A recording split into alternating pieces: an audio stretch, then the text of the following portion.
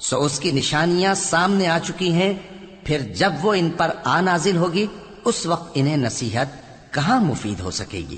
پس جان رکھو کہ اللہ کے سوا کوئی معبود نہیں، اور اپنے قصور کی معافی مانگو، اور مومن مردوں اور مومن عورتوں کے لیے بھی، اور اللہ تم لوگوں کے چلنے پھرنے اور تمہارے ٹھکانے سے واقف ہے۔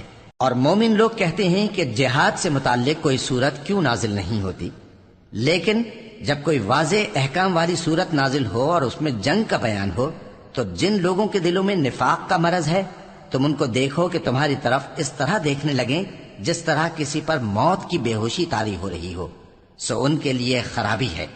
خوب کام تو فرما برداری اور پسندیدہ بات کہنا ہے۔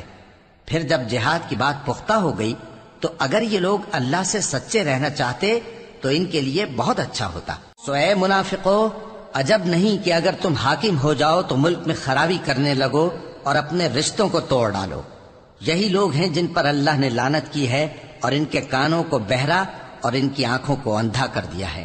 بھلا یہ لوگ قرآن میں غور نہیں کرتے یا ان کے دلوں پر قفل پڑے؟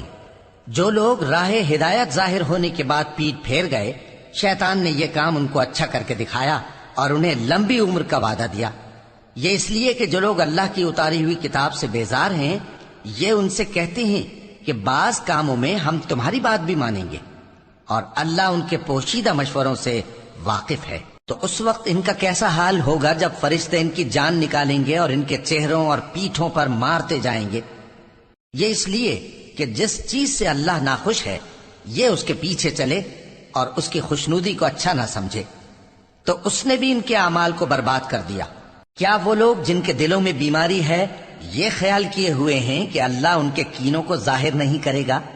اور اگر ہم چاہتے تو وہ لوگ تم کو دکھا بھی دیتے اور تم ان کو ان کے چہروں ہی سے پہچان لیتے، اور تم انہیں ان کے انداز گفتگو ہی سے پہچان لوگے، اور اللہ تمہارے اعمال سے واقف ہے۔ اور ہم تم لوگوں کو آزمائیں گے تاکہ جو تم میں جہاد کرنے والے اور ثابت قدم رہنے والے ہیں ان کو معلوم کریں اور تمہارے حالات جانچ لیں۔ جن لوگوں کو سیدھا رستہ معلوم ہو گیا اور پھر بھی انہوں نے کفر کیا اور لوگوں کو اللہ کی راہ سے روکا اور پیغمبر کی مخالفت کی، وہ اللہ کا کچھ بھی بگاڑ نہیں سکیں گے، اور اللہ ان کا سب کیا کرایا اکارت کر دے گا۔ مومنوں، اللہ کا حکم مانو اور پیغمبر کی فرما برداری کرو اور اپنے اعمال کو ضائع نہ کرو۔